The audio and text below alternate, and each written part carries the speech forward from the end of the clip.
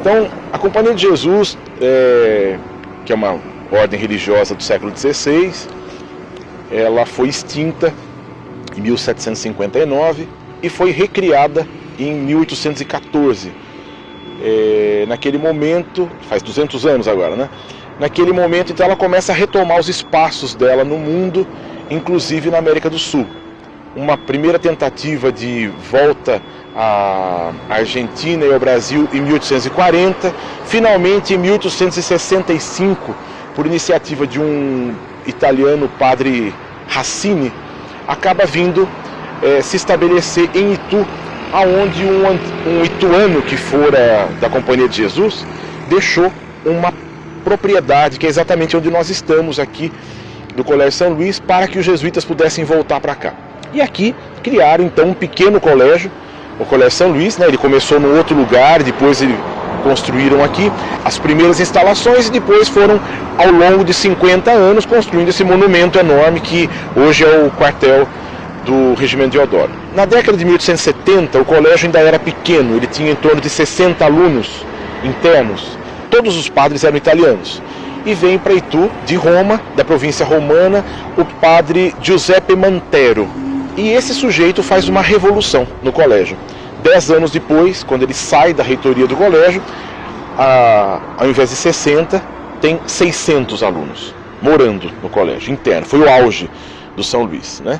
Depois eles acabaram fundando outros colégios pelo Brasil, porque os jesuítas tinham aquela coisa da formação dos alunos, no ratio studiorum, da ocupação do tempo do aluno, para que ele tivesse um crescimento intelectual, para que ele tivesse um crescimento espiritual e para ocupar também o tempo todo dele com atividades físicas, né?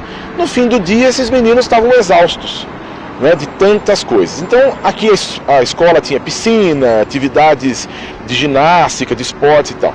E uma das atividades que é pesquisada por diversos especialistas nessa área do esporte é exatamente ele ter trazido o futebol para o Brasil na década de final da década de 1880, aqui para o Colégio São Luís, né? Então era uma atividade lúdica, esportiva, pensada para para ocupar, né, realmente o tempo dos alunos. E é assim que vem o futebol Brasil como primeira iniciativa. Parece que o futebol que havia aqui no colégio não havia a divisão de times, eram jogadores que chutavam a gol. Então era uma competição de chute a gol. Depois é que se desenvolve essa ideia com outras regras, né? Mas o futebol já vem com regras para serem estabelecidas. Então eles tinham uma área muito grande, né, que agora foi urbanizada, o novo centro, onde se desenvolvia também essas atividades esportivas. Então imagino que na parte da tarde eles tivessem um horário específico para esse tipo de atividade esportiva, e selecionando obviamente um horário para o futebol. Sempre a história é baseada num ponto de vista. Ela, claro, se transforma sempre, porque as evidências, não é, são os olhares, diversos olhares. De fato, o Charles Miller traz para São Paulo, não é, o futebol. Muda-se essa história, digamos, essa cronologia de um esporte que começa aqui dentro e que talvez os ex-alunos do colégio, São Paulo, no Rio, aqui tinha gente de todo o país, né, tenham levado para outros lugares. E assim pode ser também que os ex-alunos do colégio tenham influenciado a constituição de clubes, de times em São Paulo e também no Rio. Para a gente que trabalha, a nossa matéria-prima é o passado, é sempre surpreendente encontrar esse tipo de informação que nós conhecemos há cerca de 15 anos, que foi lançado um livro sobre o tema e que acabou desenvolvendo e estruturando de novo esse tema.